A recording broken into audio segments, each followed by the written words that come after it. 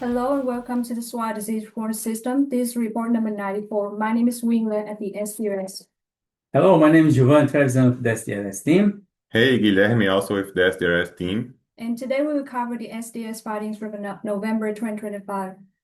Let's go, Henry. What do you have there for finds for this month? Yes, Doc. So let's get to our first pathogen first. So November brought an alarming surge in PRRS activity. In the winter market category, positivity jumped to nearly 49%, higher than same period last year, and recorded as the highest level we've seen since 2018. By comparison, the adult cell farms stayed relatively stable, with fewer than 20% of positive submissions. Overall, PRRS activity was above expected in Iowa, Minnesota, Missouri, Indiana, and North Carolina. Yeah, that's a good comment there. I mean, that personalized activity start to go up, and we had a couple of feedback from the device group seeing also activity starting South Farm. So prepare for the impact. First starts in finishing side, now it comes to South Farms, and it's a season that seems to be very high activity there. What do you have for PD and coronavirus in general? So for PD and the coronavirus, positivity both increased in November. In the winter market size, positivity reached more than 10%, while those cell farms record nearly 4%, but overall still within the expected range for this time of the year. At the state level, PD activity was above expected in South Dakota, Oklahoma, North Carolina, and Indiana, while the coronavirus activity was higher than expected in Indiana. Yeah, similar to PRRS, the entire coronavirus is spiking up pretty fast and furious in the last couple of weeks there. What do you have for mycoplasma and influenza? So for Mycoplasma hive pneumonia, the positivity rose across all age groups in November. Adult cell farms reached their highest level of 2025, which is also expected for this time of the year. State monitoring show activity above expected in Minnesota, South Dakota, Nebraska, Illinois, and North Carolina. As for influenza virus, in November, the positivity in adult cell farms was more than 17%, a moderate rise from more than 15% in October. In the winter market category, positivity was above 33%, a drop from 36% in October. The good news is that influenza activity in adult cell farms this fall dropped to its lowest level since 2015. Tested cases in adult cell farms were also the lowest in the past 5 years. In the winter market size for this fall, both tested cases and detections fell to their lowest level in the past 5 years as well. Thank you, Wing, for that update. And the good side looks like influenza is coming down the last 2 weeks, so that's a good sign for the industry there. What do you have as update for confirmed tissue diagnosis? So yeah, we're excited to share an important update with you today. So the SDRS has expanded its confirmed tissue diagnosis dataset by integrating submissions from the Ohio Animal Disease Diagnostic Laboratory. This marks a major step forward, moving SDRS from a single laboratory foundation at ISU Video to a multi-laboratory framework. Thank you for those updates there. And Guilherme, you have been quiet here so far. You always provide us the update there. And for who is not familiar with Guilherme, he has been coordinating the CLS since 2022 there and just completed his PhD at Iowa State University. And one of his chapters was just about this integrating diagnostic data and looking for confirmed tissue diagnosis trends in swine industry there. So Guilherme, as you're our guest today, welcome to the podcast as a guest. And we have some questions for you here that you gathered all this data from different diagnostic laboratories, 2 laboratories on confirmed disease diagnosis. Can you explain for the swine industry what kind of insights that can be provided to manage animal health and explain disease dynamics? Thank you, Giovanni. Thank you for the introduction. It's a pleasure to be on the other side of the table right now as a guest. And first, we'll start to explain like how the confirmed tissue diagnosis database works, right? So then we can give the insights to the industry. And it's a 4-tier level like coding system for the tissue cases that are submitted in the VDLs, and they were assessed by the diagnosticians. So they evaluate these cases based on what they are seeing like in all the test results that are tagged in this case, the macroscopic and the microscopic lesions that they see in the tissue level, and then the whole clinical history of the case. So they gather all the information of these and then they assign a specific code. So let's say an etiology for PRRS, for example. So if they see evidence in the case that PRRS virus was involved, they will assign this specific code, and then we will be tagged to this case, this information that is a confirmed tissue diagnosis analyzed by the diagnosticians. And the insights that get to the industry is that is a really high specific data, right? Because it's a diagnostician analyzing the whole case to then assess if they see evidence or not of a pathogen that was involved in this case. So compare, for example, with the PCR database that is only like detection of the pathogen of the genetic material, even either DNA or RNA. In this case, they are gathering more and more information to do this confirmed tissue diagnosis. So then it have more evidence that the disease was involved in this case and not only the detection of the pathogen. And this gives me many insights for us because right now we can claim that that was a disease case that was causing issues in the farm since they had a confirmed diagnosis of that. Different than the PCR detection that could be only, for example, that the pathogen was circulating there, but it's not causing any issues anymore. So the insights that we get when we gather all this information is seeing like the high co-diagnosis rate because that's another possibility to analyze this data. See, how many of these tissue cases has more than one etiology involved? And for the swine industry, it's impressive that over 52% of these cases, so all these cases in the database, there's over 50,000 cases that we have since 2020. More than a half of them has more than one distinct etiology associated. So that's a good information for the industry to see that the majority of the cases in the farm, you are not dealing only with a single pathogen. Multiple pathogens are involved in this specific case. Thanks, Glenn, for providing that update. And this approach for sure is a game changer that to look for different confirmed disease diagnoses there, and mostly on academic and research side there. But the question that we have from our audience is why this matter for producing veterinarians in the field, how they can use this information for improve animal health, for making decisions there. Can you walk us through that concept? Yeah, Giovanni, like in this monitoring level right now that we have the multi-laboratory database right now, imagine that every case the diagnostician can assign whatever etiology that they see in there. And right now, with this automated database, whatever endemic pathogen that we are seeing circulating is gonna go through this database and we are able to capture that information. So right now, for the veterinarians and producers, they will see in the report we already had with Iowa State in the last page of the report, but right now we're gonna have the Ohio DDL as well. And with this information, you can take decisions based on which endemic pathogen is circulating more. You're gonna see the top 10 in the report and see if these cases are circulating in a high level for a specific pathogen or not. And even the systems that are more affected. Are we seeing more respiratory cases? Are we seeing more digestive cases? So all of this information is going to be there, and the producers and the veterinarians can see, oh, I'm having a lot of E. coli in my farm. Is that like for benchmarking?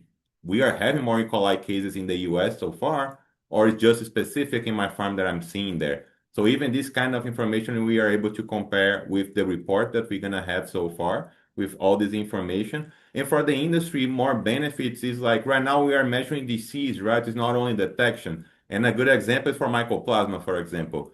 If you look to the report, you're going to see the PCR database there, and you can see a lot of cases tested for Mycoplasma and a lot of them coming out positive.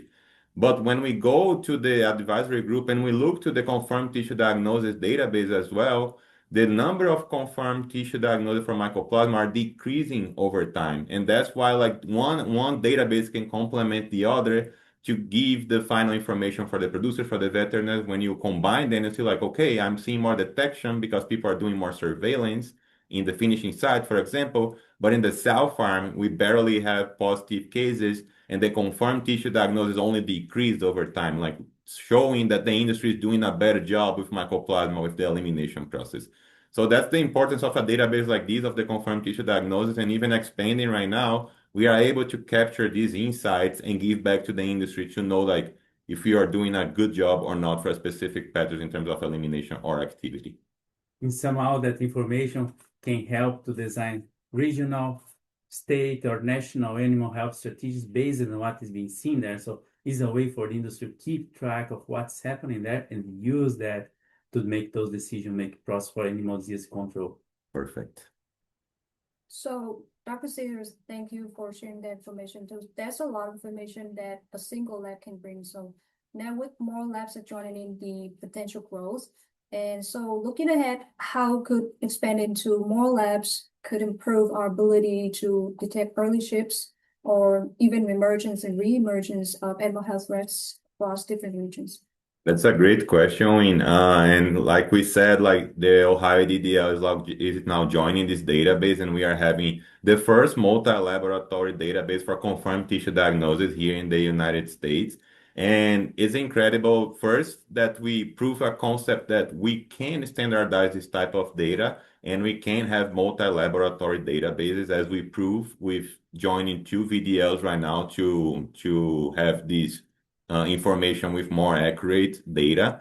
And the importance of that is that it's impossible to capture all the United States data with one single laboratory. So when we do like things or like the multi-laboratory database right now, joining Ohio, you can increase the representativeness of this data. And I can give you examples that by joining Ohio, we could like capture one state that was not be able to be detected only with the Iowa State database, that was West Virginia.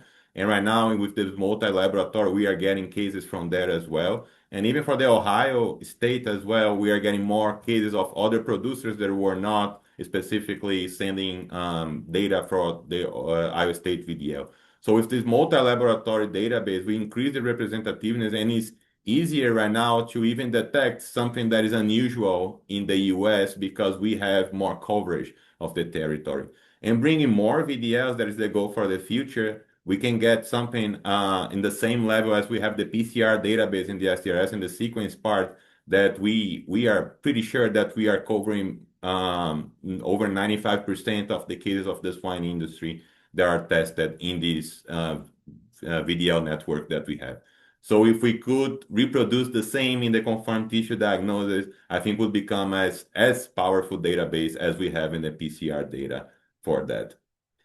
That's great information, Glenn, for sharing that and bringing that for the audience there.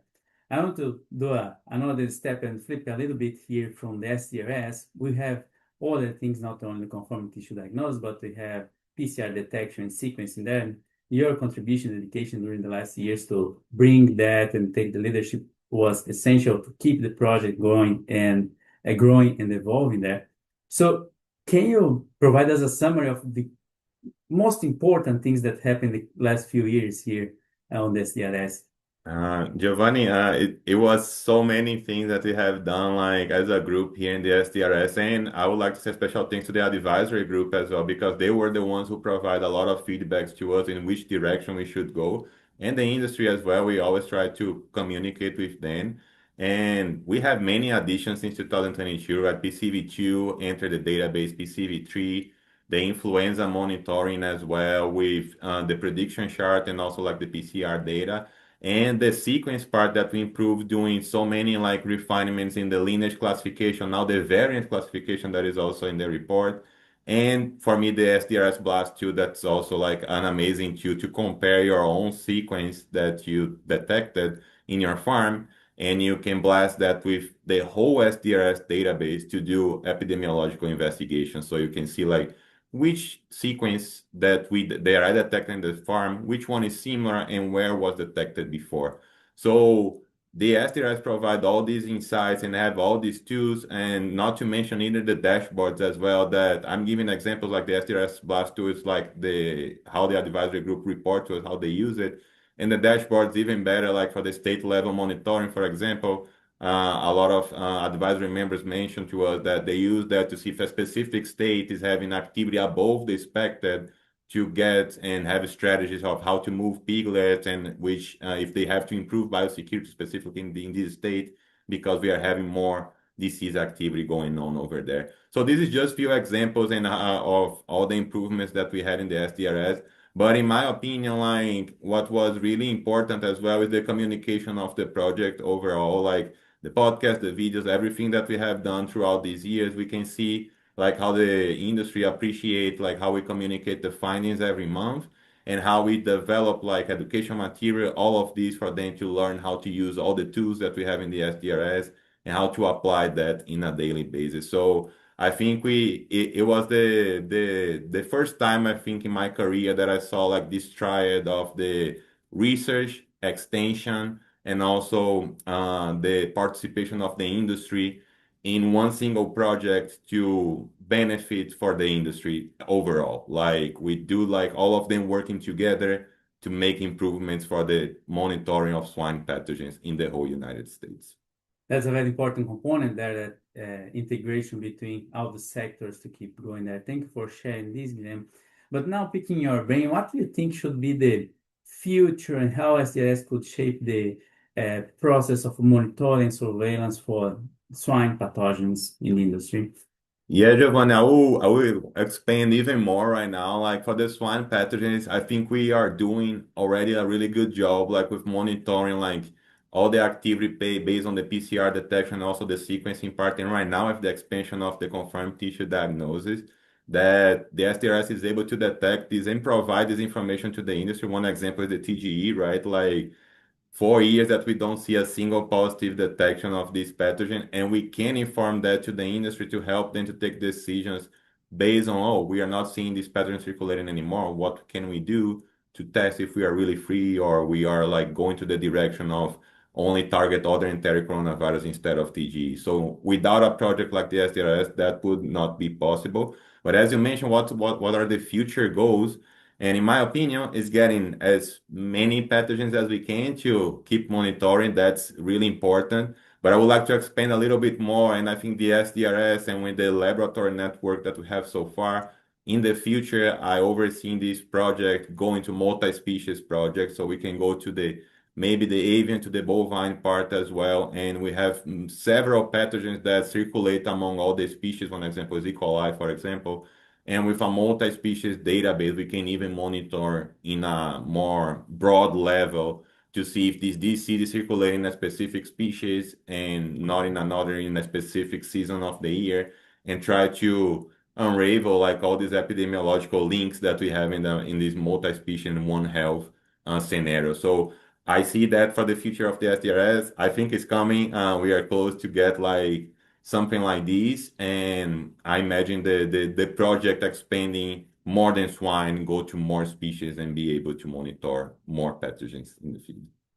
That's good, Guilherme, and you provide for us what is the status quo, what is the vision for the future there. But I again go back for, as we did for the confirmed tissue diagnosis, with a very similar question. Why this method for producers and veterinarians, how they can take advantage of such project to make animal health decisions for disease prevention and control? Yeah, Giovanni, that's a great question. And I'm going to go to the examples again because I seen that in the field. I seen by coordinating all these years the project, how many questions we got regarding the specific pathogens.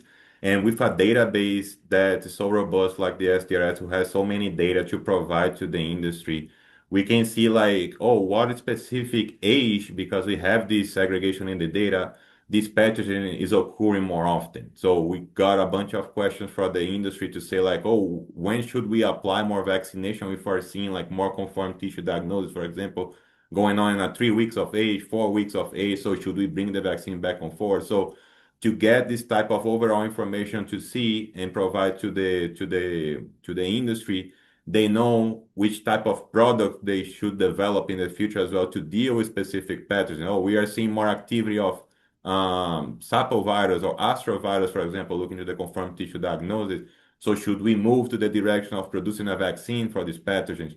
So that's a really important part. The other part is the blast too that I mentioned before, and I will go to the example again. We saw many veterinarians that contact us and see like, hey, my sequence was similar to this one. Is there a way that we can try to contact veterinarians that had the similar trends or the similar sequence detected in the farm to see how was the outcome that they have and how can I handle this better. So that's another great example that the Blast2 provided to people. And of course, like you mentioned before, Giovanni, for the research part component and for the stakeholders to take decisions of where should we invest, like in elimination programs or like which pathogen we should dedicate it more like effort to take care in the industry. One example was the TGE that I already mentioned, but PD, for example, the task force that it was created in the last ASV meeting to see like, is it possible to eliminate this pathogen for the swine industry? How can we do that? Have a database of like the SDRS or the MSHIMP and other monitoring programs to go and see like, hey, we are having decreased activity of PD, or it's the same level, or since we had the first detection in the United States, with databases like these, you are able to do the comparison. You are able to see if you are doing a good job towards the elimination program. So I don't think without a database like the SDRS would be possible to take decisions as a national level if you don't have the information that we provided. So in my opinion, that these are three great examples of how the database can help like producers, stakeholders, and veterinarians in the field.